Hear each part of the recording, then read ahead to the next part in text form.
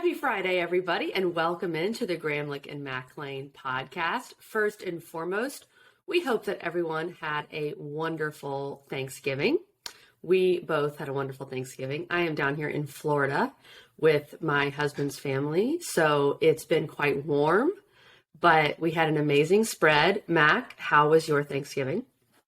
Listen, it's always, one of the favorite holidays, obviously, Oh, yeah. KG. When you're an offensive lineman, it just comes natural that Thanksgiving is one of your absolute favorites. We got to go hang out with Kaki's family, which is always a special time, and Muddy's house, as we call her, over in Duncan, South Carolina. So Duncan. It's great to see everybody, but it is rivalry week. It is time. We have loaded games, KG. Cannot wait to dive into each and every one of these.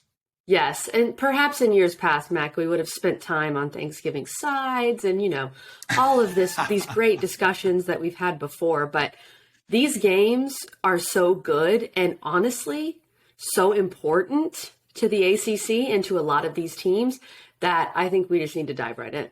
And let's get to our big three. You have to. We actually are doing big four. We're doing big four because we're doing kind of the four rivalries that everyone's going to be talking about, and the four games that really matter to conference races and to, of course, the fans, but also playoff races, Heisman races, all these things. Let's start with NC State at North Carolina.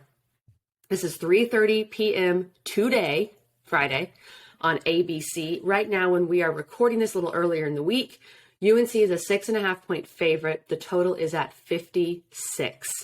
Mac, both of these teams are in very interesting situations.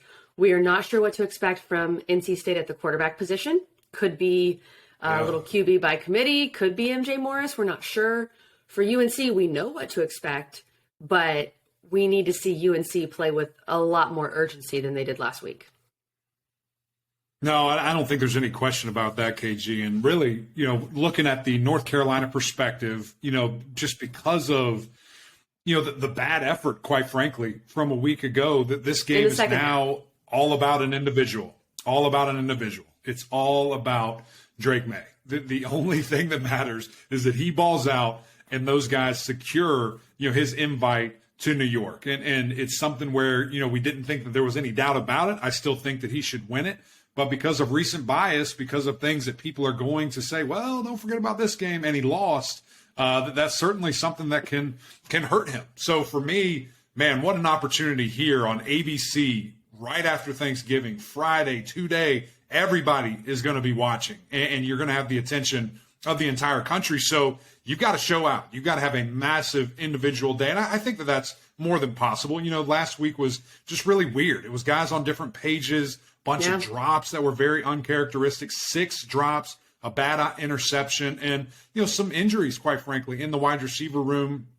Didn't have Copenhaver, the tight end there that has really done some damage, for this offense for UNC. And, of course, no Antoine Green. We know how big that is for UNC as well. So Drake's got to be Superman. He's got to step up. And, KG, he's got to really get going.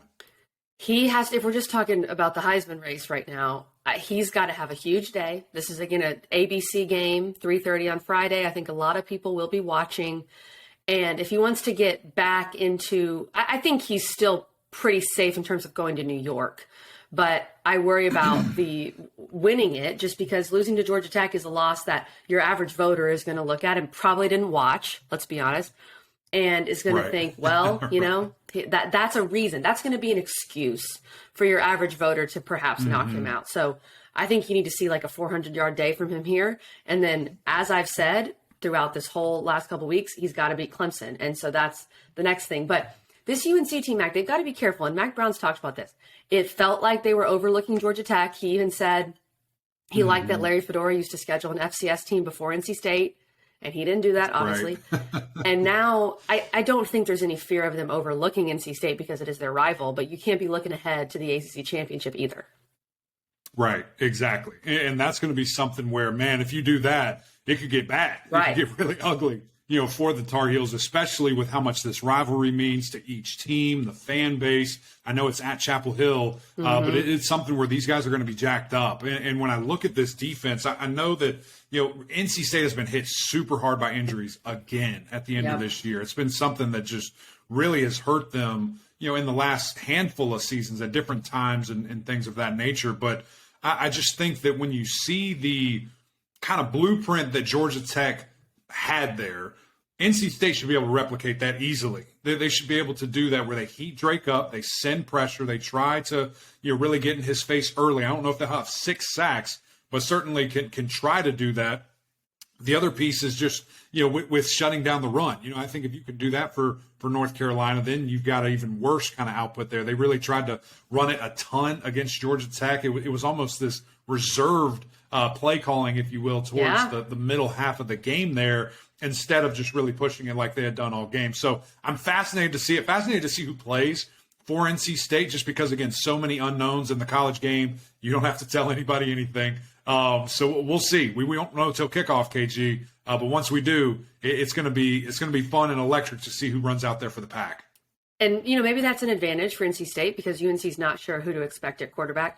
I would add this too. NC State, their season has kind of gone off the rails a bit, right? They're looking at 7-4 right now, perhaps 7-5 or 8-4. This can salvage a lot of that. Beating North Carolina, beating a ranked North Carolina, beating the Coastal champs can salvage a lot of that for NC State. So I promise you this NC State team is going to be motivated and prepared for this game, Mac. No question about it. And again, I think when you look at the North Carolina offensive line, those guys just have to step up. I mean, be patient, absorb those blitzes, pass off the games, be able to sort out, kind of the trash that I expect, to really see from North Carolina State here, because that was just, it was not good, what you saw from a week ago. And of course that defense, it's been the worst in the ACC. Can you step up and do anything against a Pac team that maybe doesn't have, anything but their 4th-string quarterback? So those are kind of the things that I'm looking at when you're talking about keys, KG, and looking at this game.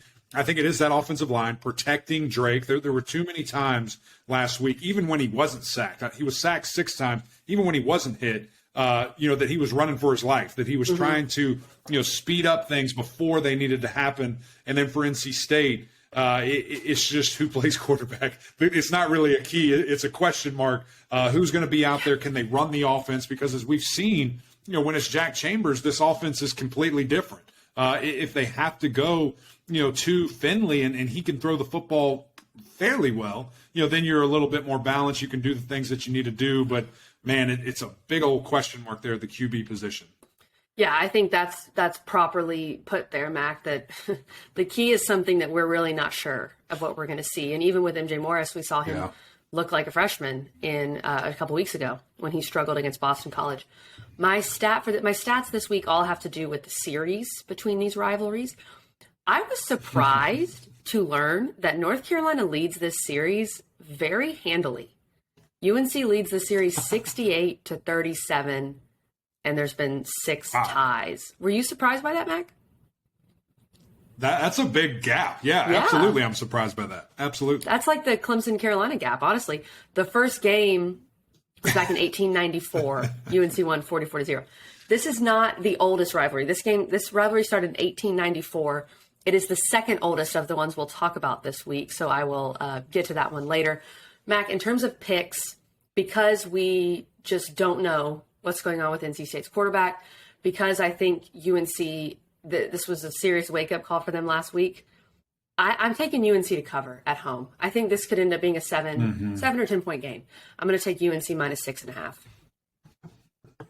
I think that's the smart thing to do, KG, just because of the question marks really all throughout the team, health-wise, at offensive line, at running back, defense, and, of course, quarterback. So the one thing I do know, Drake's May is playing. The one thing I do know, maybe it was the best thing that could have happened for UNC that they suffered that loss, because now they're just so dialed in and maybe a little bit upset and angry to get this dub here against the Wolfpack. So I think that the Tar Heels roll here and go into the ACC championship feeling really good.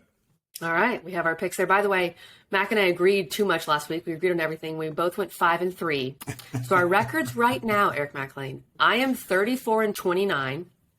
You are 31-31. Pretty good. Oh, I'm even. Yes. Back at 500. We're going, baby. We're about to take off right now. This week's going to be huge. Come on. This week is going to be huge. It's going to be huge for our contest and for, all these. I also think it's going to be a lot of similar picks again, sadly. I don't think there's going to be some separation right here. I thought I was going to be able to close the gap. I don't know if that's true. Let's talk about this next game then. Florida State hosting Florida, 7:30 p.m. on ABC tonight. So you watch UNC NC State and you go right into Florida State. It's literally perfect. What else? What more could one ask for, Mac? And these teams are coming into this game in very different directions. Very different. Yes. Florida State is feeling great. Florida is not. I do think it's good for FSU and good for FSU fans. When you look at Florida, they are already bowl eligible. That's good. Mm-hmm. If they were 5-6 instead of 6-5, and they knew they had to get this one, I wouldn't like that for FSU. But also, they feel like they have to get this one anyway because it's a rivalry game. FSU's a 9.5-point favorite. I feel like there's a lot of respect coming in from Vegas for Florida State here, Mac.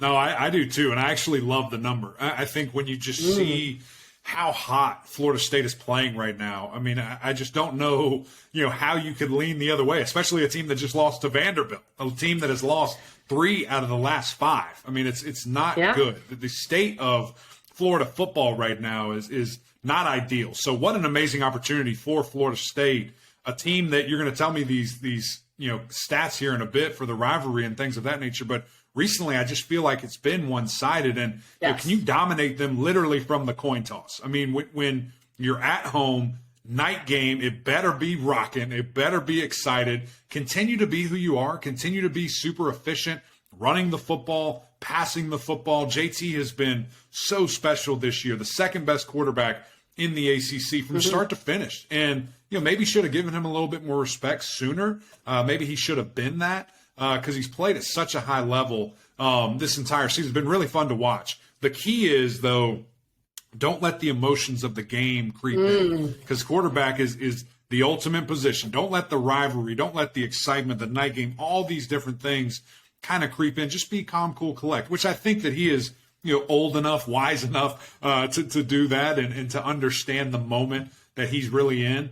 But even more so, leaning on that big offensive line, leaning on these running backs. You've got your 3-headed monster back, with Benson, Tolafili, and Ward there. So plan of attack, you're feeling really, really good going against this Florida team that's struggling mightily right now. Yeah. Run the ball, do what you do, let Jordan Travis make plays with his arm and his legs.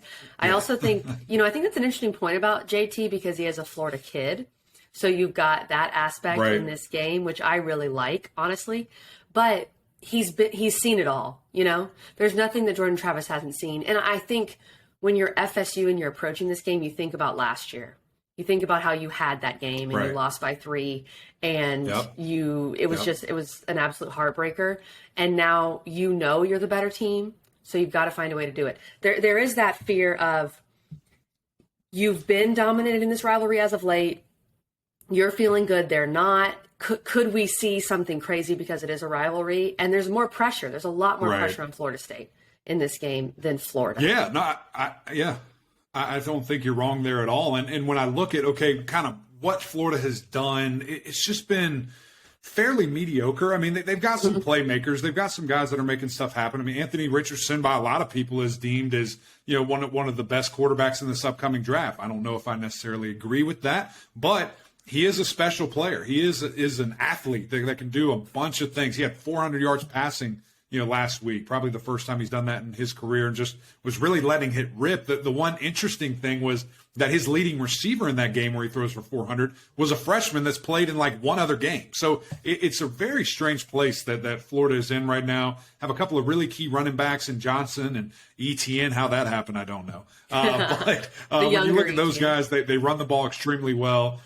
Just don't let AR just sit back there and pick you apart or throw guys wide open because he can't pick you apart. That's the deal. Like, his accuracy has really struggled his entire career. Play sound pass defense. It's one of the best, if not the best, in the ACC. And just really put the clamps on those guys. Force him into throwing in tight knit windows, and then take the ball away. And let's get this thing running from Jump Street and really get going at a very quick pace here for Florida State. Force him to beat you with his arm. And that sounds weird because he did throw for 400 against Vanderbilt. It is Vanderbilt. But force him to put it in tight windows and make those types of plays. Mac, when I look at this game, I don't think anyone calls it this. I was looking at the names of these series. On Wikipedia, it says this game is called the... Yeah, well, it says this game's called the Sunshine Showdown. I have never heard someone call this game that. Interesting. That doesn't sound right. I haven't even. Is that your stat of the game? No. I was just bringing it up. The stat is 0 people in the whole world call it that. I've never heard that. My stat is that Florida has won 3 in a row in this series. And the 2 first games of that, they dominated. Last year was very close. So FSU is due, and obviously they're the better team at this point. I'm going to take this is crazy, and you can give us your keys, Mac, but you're probably going to judge me here, and I think I'm just trying to go differently than you. I think this is a rivalry. I think Florida State is still trying to get over that hump in this game, even though they're the better team. I'm going to take Florida to cover. I think that 9.5 is a lot. I think that Florida is going to be juiced for this game. I think Anthony Richardson is a very tough guy to keep under control, but Florida's, I mean, they're not great, but I'm still going to take Florida plus 9.5. I think that's the way to go in this rivalry game. As FSU, I think they're going to get it done, but they're going to make you sweat about it a little bit. Okay.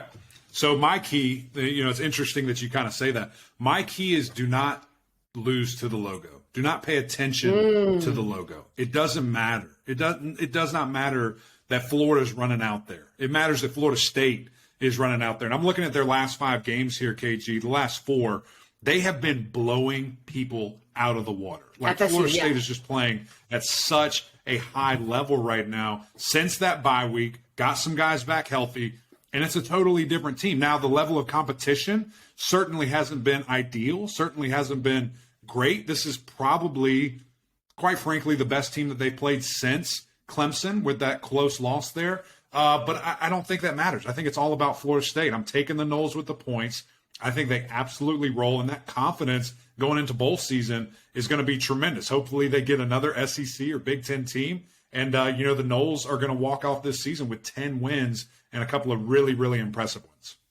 I think so, too. I just feel like the rivalry aspect is going to show up in this game. We will see.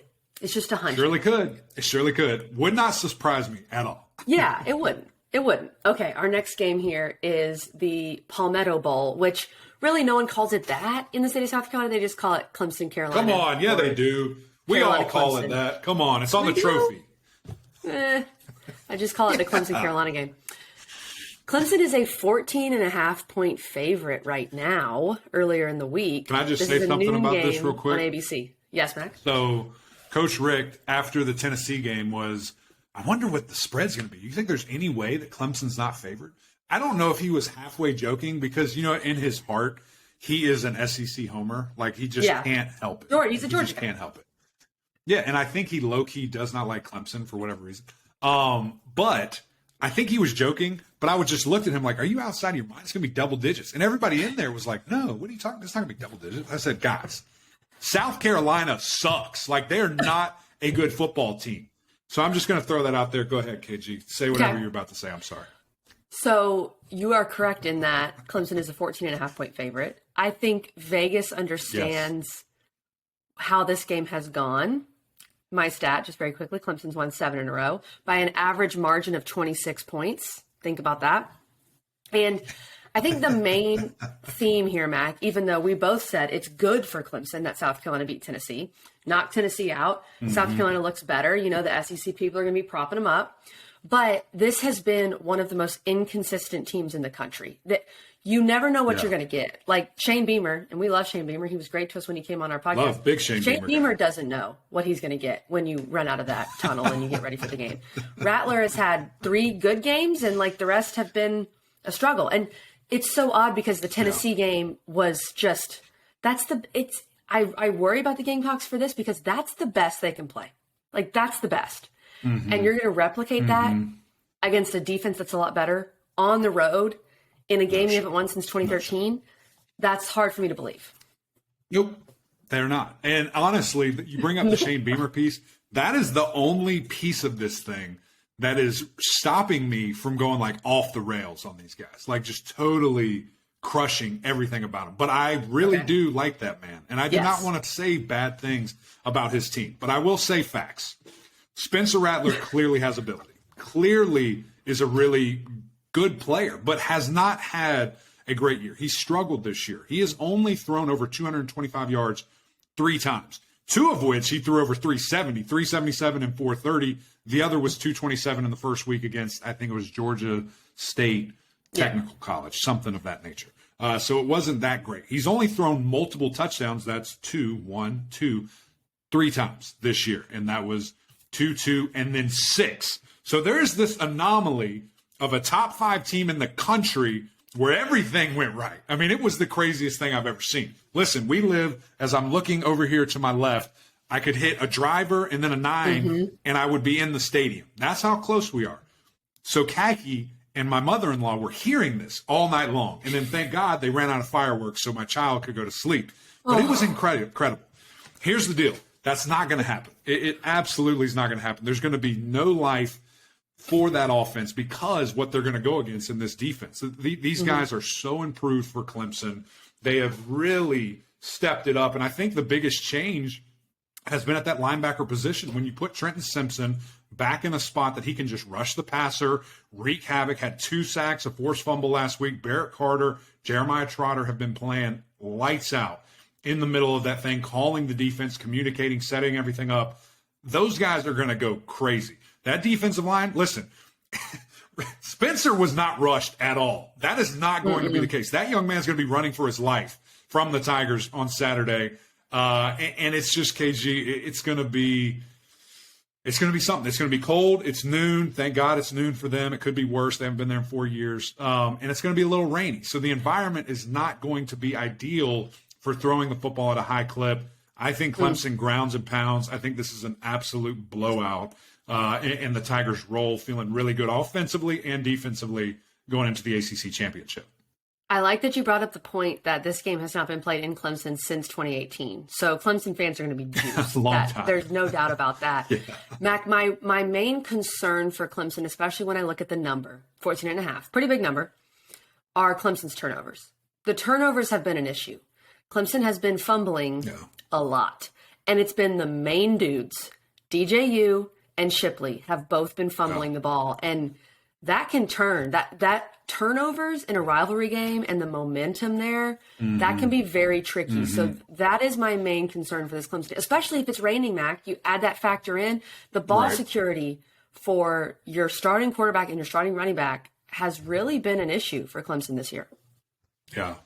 No, there's no question. I mean, that's a very valid point and something that we've seen since the Syracuse game be like a real problem, like a big-time problem. For Clemson. They put the ball on the ground 5 times last week against Miami. Miami only able to get 2 of those. You get 5 of them. I mean, who knows what that game, probably only like a 20-point win, not a 30-point win. So when I see that, KG, it's something that, if you give those guys any kind of life, you give them any kind of juice, there's some serious damage that could be done there. Just, again, looking at them, there's very little pass rush that South Carolina's been able to really have all year long. I think they have 17 sacks on the year, so that shouldn't be an issue, for DJU or for this offensive line. And then the same thing, just running the football. There's been guys just run all over, South Carolina all year long. So I think that 3-headed monster with, Shipley and Maffa and Pace, now that that's back, and then you add in DJU to kind of have a 4th threat there, if you will.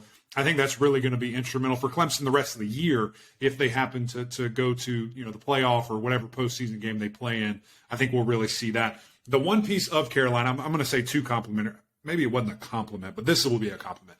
Jaheim Bell's really good. Like he's a tight end, H-back weapon that South Carolina uses. Clemson better know where he is because he lines up in the backfield and in the slot as a true tight end. He's just a really, really good player. Number 0. You better know where he is. He's not quite Debo because that's just a totally different guy. But they use him in a plethora of different ways. And just because of some injuries, primarily he lined up in the backfield last week against Tennessee, had like 17 rushes or something of that nature. So you better know where he is and the things that he can do and really hurt you from an offensive perspective. This is the kind of game where most of the time I would be suckered into taking the points because of how good South Carolina looked last week, but I'm truly viewing that as an anomaly. I think that's the fair way to view it. Cool. So I am taking Clemson to cover. I don't love that there's a hook there. I don't love the 14.5, but especially because this game's at home, Clemson's won 40 in a row at home. I think Clemson minus 14.5 is the move here, Mac. I think Clemson absolutely beats these guys down. And on Monday, I'll tell you all about it. And if I'm wrong somehow, I'll tell you why I was wrong too. That's the good part about it. But I just have a little feeling that Clemson is very excited that the chickens are coming back home. I think they can't wait for that. Okay, our final game here in our Big Four is Louisville at Kentucky. This is a 3 o'clock game on SEC Network on Saturday. Kentucky's a 3-point favorite. Mac, this is the Governor's Cup, is what I have seen it called. I've heard that a bunch. That's Cup. a great rivalry game. Great rivalry. I like that. The concern here, and I'll just throw out the stat here because this is the issue, Mac. Kentucky has won 3 in a row in this series by an average of 36 points. Keep in mind, Clemson has beaten South Carolina during their streak by an average of 26 points. Kentucky's beaten Louisville over a 3-game streak by an average of 36 points. That is massive. Like, these games have not even been close. So if you're just looking at it from a historical perspective, you'd probably say Kentucky minus 3, especially because this game is in Lexington. So all that worries me, Mac. But this is it. If there's a game, if there's a chance, if there's an opportunity, this is it. For Coach Satterfield, for U of L, my goodness, please go and take it because I am sick of these Wildcats. When it looks like all Louisville, they've got it, Cunningham's going to go crazy, boom, lose by 40. It makes no sense. I just don't see how that's possible in this game because of 2 very important factors. The trenches and Louisville's defense. Here's the deal. Louisville, number 1 in the country. They and Pittsburgh keep bouncing back. Who wants to be number 1 each week? Louisville now is number 1 in the entire country, 41 sacks. Kentucky, UK, not doing great at protecting their quarterback. 125th in the entire country. That ain't good. They had lost 5 guys, or they lost 4 guys. 1 guy changed position. So 5 brand new offensive line starters at the position that have not been to the standard that we've seen from Kentucky of recently. Those guys have been really, really good. They've been running to this victory. I mean, we all knew it. Lynn Bowden, however you say, was playing there a couple years ago. We all knew it was going to be a run play every single down. Louisville didn't. Louisville couldn't stop it. That's not going to be the case this year. They do not have that ability anymore moving forward. So they're going to rely on Will Levis, let him throw the ball, and they can't protect him. And so in that aspect, I think they're really going to find a way to get him down, create turnovers. Louisville second in the country with 30 turnovers gained. Kentucky 77th with 17 turnovers lost. So I think that those 2 things really going to take a deal there, KG. I think Louisville plays complementary football. I'm not sure who's going to start at QB, but both have been good. Doman has been a great passer when he does go in there. And just to see the running attack from Jordan and Evans listed as probable, I think you're feeling really good if you're Louisville in this one. Logically, that all makes sense. Logically, you think Louisville should win this game. And I would feel better if this game was in Louisville. That being said, Louisville is the better team. I got to take Louisville plus 3. Do it. I'm doing it. I'm doing it. Yes. Great pick. I am too. I think that they light Will Levis up. I think they create turnovers. I think that perfect complementary football, not quite Wake Forest, what we saw, but maybe half of that. Okay. All right. Let's get to our speed round here. Georgia Tech at number 1, Georgia, noon on Saturday on ESPN. Georgia Tech needs 1 more win to get to a bowl game. Do you believe in miracles? Georgia is a 35.5-point favorite. The total is 49. My main thoughts on this game, Mac, is Georgia Tech plus 35.5. Now, Georgia's won the last 4 in a row. Yes. Georgia's won the last 4 in a row by an average of 36 points. So that's literally right on the spread.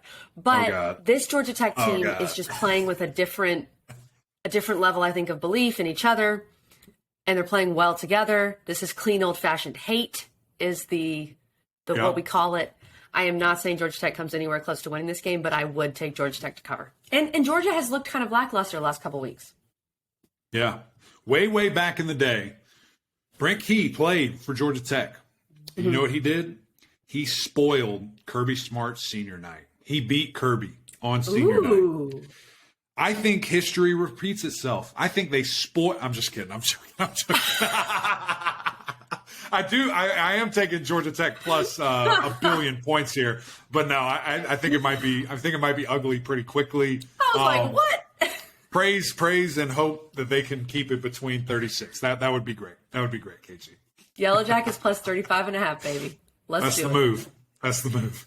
All right, kind of a rivalry game, I would say. Wake Forest at Duke, 3:30 on ACC Network. If you missed our interview, what's the title of this rivalry, KG? What's the rivalry game? I didn't look that up. What do we think it's called? I don't know. I was going to try to do something witty. I can't do it. I don't know. I have no clue. This is 3:30 on ACC Network on Saturday. Wake is a 3.5-point favorite. This game is at Duke. That's what gives me pause. Sam Hartman seems like he's back, though, the way he played against Syracuse. Mm-hmm. And Duke, what Duke really struggled with at Pittsburgh was getting in their own way. Muff punt, drops, just issues that we've seen from Duke. I think I'm going to take Wake Forest here on the road. Just the way Sam Hartman's playing. Give me Wake minus 3.5, Mac. Yeah, I'm with you. There was just so many bad things that happened that were Duke's fault, that they got in literally their own way with dropping touchdowns, dropping punts, giving extra field position, all these bad things.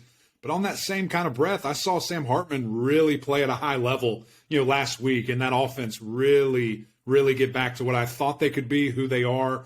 I think Sam's going to go out on a high note. I think he's going to set the all-time record in this game. I think he goes for 4 touchdowns and becomes the ACC all-time leading passer with 108 passing touchdowns. So I'm going with Wake. Give me those points, and I think they get it done. I like it. All right, we'll see. Syracuse at Boston College, 7:30 p.m. game on ESPN3. Syracuse is a 10.5-point favorite. Mac, I am not sure that I am back to believing in Syracuse. Now, BC went to Notre Dame and got absolutely embarrassed, so I'm not sure how they feel coming off of that. Syracuse at least feels better because they put up a decent performance. I'm going to take a flyer here. This game's in Chestnut Hill. I think 10.5 is too many points, and I still believe in Emmett Morehead, even though he really struggled against Notre Dame. I'm taking BC. BC plus 10.5. Let's go. I'm not sure if BC wins. I think Syracuse wins, but I'll take BC plus 10.5. Yeah. I think this is the hardest game of the day by far. I really do. Because it's just like, am I going to see this inspired Boston College team that, beat NC State?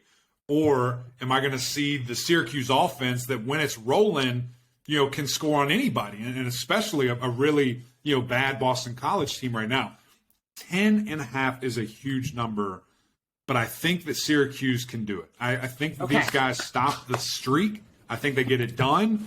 I think Sean Tucker and the boys go nuts. And so with that in mind, taking the orange. I don't know if I like this or not, but here we are.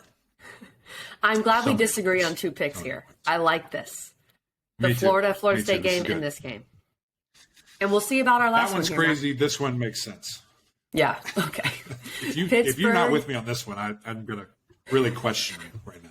Okay. Pittsburgh at Miami. 8 o'clock on ACC Network on Saturday. Pitt is a 6.5-point favorite. The issue with this is that I saw that Miami-Clemson game with my own eyes, and Miami has given up. They've given up on the season. So, and Pittsburgh hasn't. Pittsburgh still has a ton to play for. Pittsburgh could finish 8-4. That is a very solid year for Pitt. And then you go on to a bowl game. Yeah, with a bowl win, right? Yeah. So I think Pittsburgh minus 6.5 is the move. I do not believe in this Miami team at all. Yeah, so you're with me. That's what I thought you were going to say. Listen, my boy Kalijah Cansey is going home. He's going back to the 305. I think he's going to go nuts. I think he absolutely terrorizes whoever lines up at quarterback for Miami. They kind of do this revolving door thing and just kind of throw, I think, at a dartboard. Oh, Seriously. It's your turn. You go in. You do this right now. I think Izzy's going to go nuts, run some more. Slovis threw the ball 32 times. That was probably about 16 times too many. I'd like to see that cut in half and just run right, run left. Defense does its job. I think Pitt cruises right here. And a lovely little fun fact, KG. Remember when we thought this was a play-in game to the ACC championship? Wow, how we missed that. We were off. A lot of people's predictions were off on that, including ours, because we both picked Pitt to win the Coastal. I still think right. Pitt's going to have a really good year, but we'll see. Pitt, don't lose this game, Pitt. This is a game that you need to go down there and win. You better not. Is this a bet? You better not game? Yes, I think so. All right, guys. Well, we better get out of here because we got to go eat some leftovers and see these games that are about to be played. KG, this was fun. It's rivalry week. I cannot wait on Monday to break all this down. I think there's going to be some really intriguing things happen. And then, of course, it's championship time. Massive week next week, guys. We're going to have a Clemson episode. We're going to have a UNC episode. Fun guests from each. We'll have both head coaches, Coach Sweeney and Coach Mack. And then some surprise players. I don't think you guys are going to want to miss that. But appreciate you guys tuning in. Another great episode, Gramlich and Mac Lane. If you don't have SiriusXM, go get it. Go subscribe. Go get it in your car, on your phone, whatever you've got to do. But we also need you to go over to YouTube, mash that subscribe button, go over to iTunes, Apple Podcasts, rate, review, subscribe. We would greatly appreciate that. But until next time, we'll see y'all.